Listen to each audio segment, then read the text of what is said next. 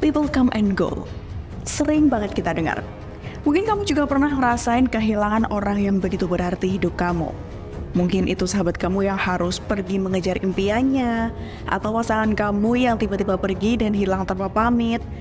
Bahkan, anggota keluarga yang mungkin meninggal dunia. Setiap momen dan kenangan bersama mereka benar-benar jelas bisa kamu rasakan. Momen dan kenangan itu tidak bisa kamu ulang lagi karena mereka benar-benar pergi. Dan kamu ingin melupakannya. Namun ternyata tak segampang itu. Dan yang kamu rasakan saat ini adalah kesedihan.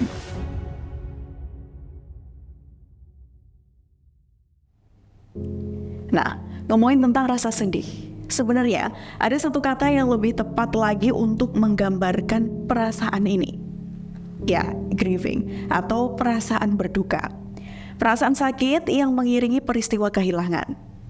Orang yang grieving atau berduka bisa mengalami kecemasan, insomnia, hiperaktif, atau perasaan tidak berdaya lainnya.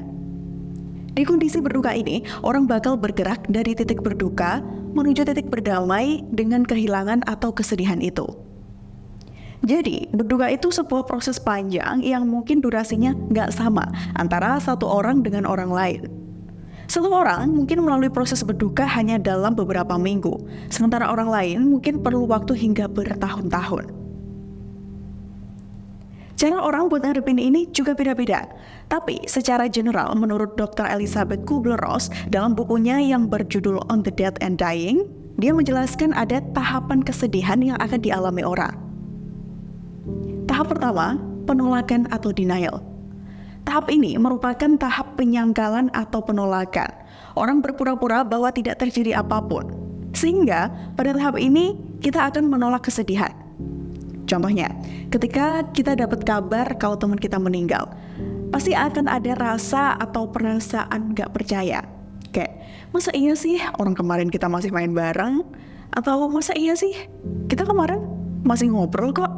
Nah, penyangkalan-penyangkalan seperti ini bentuk di mana kamu belum menerima kalau kehilangan ini tuh benar-benar terjadi. Tahap selanjutnya, marah. Setelah menolak kesedihan, orang akan melampiaskan kesedihannya dalam bentuk marah. Saat marah, orang cenderung menyalahkan orang lain atau benda mati di sekitarnya. Dan di tahap ini, bakal muncul kalimat, kenapa sih harus aku yang ngalamin? Kenapa harus ini terjadi dalam hidup aku? Dan pertanyaan kenapa-kenapa lainnya. Dan kadang ketika kita merasa di tahap marah, orang yang mendengar cerita kita, responnya malah, udah gak usah marah, ikhlasin aja, sabarlah. Kayak gitu responnya. Tapi masalahnya, yang namanya hati gitu ya, kalau rasanya udah gak enak dan diadem-ademin gimana pun, ya juga susah. Jadi sebenarnya penting untuk mengekspresikan emosi yang kita rasakan. Tentu, mengekspresikannya dengan cara yang sehat. Misal, kamu cari tempat yang sepi buat teriak sekencang-kencangnya di sana. Atau mungkin kamu juga bisa menulis amarah kamu di buku diary. Atau, kamu bisa cerita ke orang terpercaya, bahkan ke profesional. Tahap selanjutnya, negosiasi. Di tahap ini, orang akan melakukan penawaran terhadap kesedihan yang dialaminya. Orang akan berandai-andai kemungkinan yang seharusnya dilakukan sebelum hal buruk itu terjadi atau hal yang akan ia lakukan apabila hal buruk itu berhenti terjadi. Contohnya, andai aja waktu itu aku nggak ngajak dia berantem, pasti hubungan kita saat ini baik-baik saja. Pernah itu?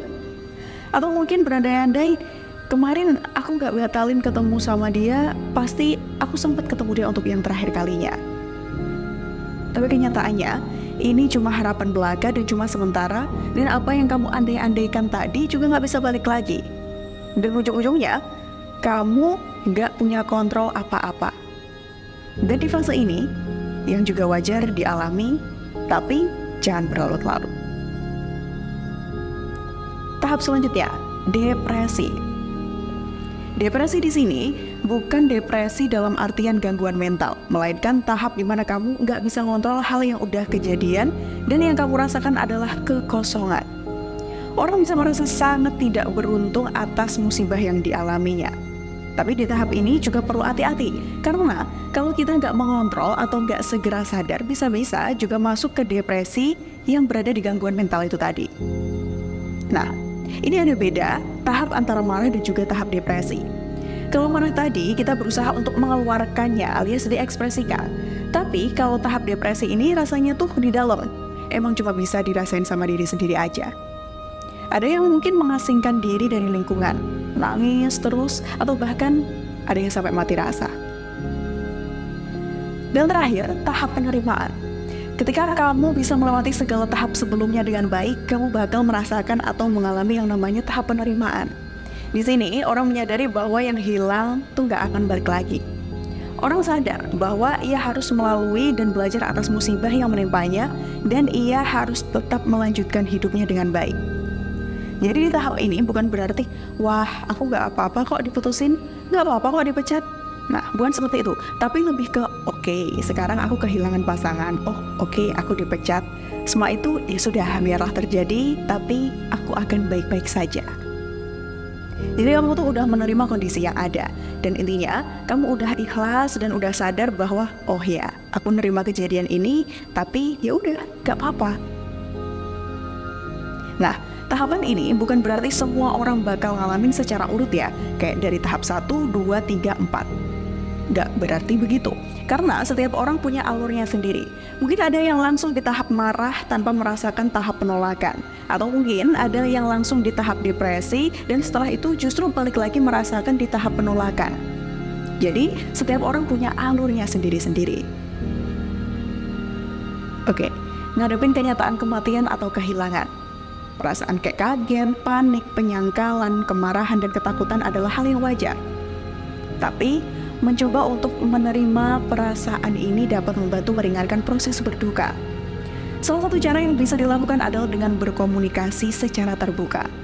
Kamu bebas mengekspresikan emosi kamu ke keluarga, teman, konselor profesional, penyedia layanan kesehatan, atau siapapun itu yang bisa menjadi pendengar yang baik dan yang bisa menerima emosi kamu. Kalau kamu merasa enggan berbicara dengan orang lain, kamu bisa mengekspresikan emosi secara pribadi dengan menulis jurnal, mendengarkan musik, memasak, berkebun, menggambar, atau melakukan kegiatan atau aktivitas yang menyenangkan lainnya. Pastikan juga kamu tidur yang cukup, karena berduka sering mempengaruhi tidur.